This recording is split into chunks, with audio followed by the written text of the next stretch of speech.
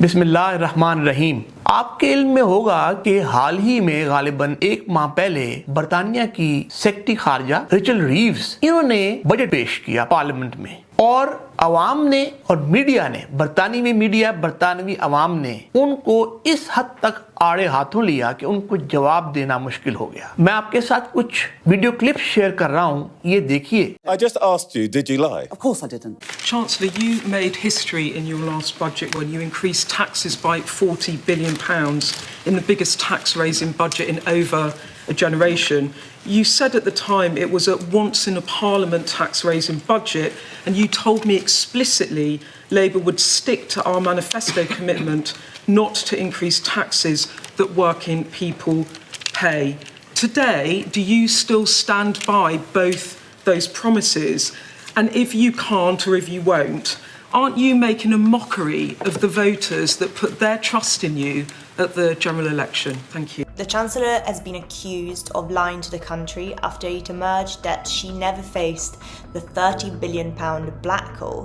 In video clips کے ذریعے برطانوی عوام اور میڈیا نے یہ بتا دیا کہ نہ وہ ایک سوئی ہوئی قوم ہے اور نہ وہ حکمرانوں کے وعدہ خلافی اور منشور سے انحراف پر ان کو بخشے گی۔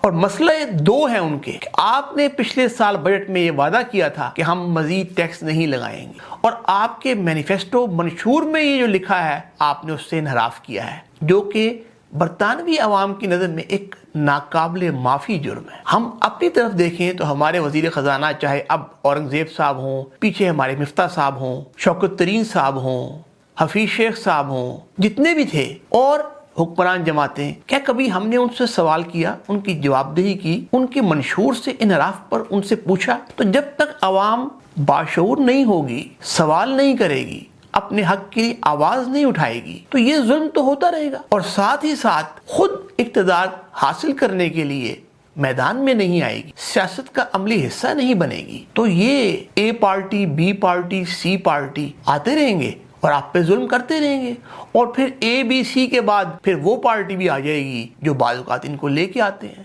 پھر دوبارہ واپس ہم۔ تو یہ دائرے کا سفر 80 سالہ تبھی ختم ہوگا جب ہمارے ملک کی ایجوکیٹڈ ورکنگ اور مڈل کلاس عملی سیاست میں دلچسپی لے گی، اجتماعی دانش، اجتماعی قیادت کے اصولوں پر آگے بڑھے گی، اور شخصیت پرستی کو دفن کر کے ایک متبادل نوجوان قیادت سامنے لائے جس کا منشور عوامی ایشوز پر مبنی ہو، تب آپ کی ان برائے نام مفاد پرست حکمرانوں سے جان چھٹے گی۔ بہت شکریہ۔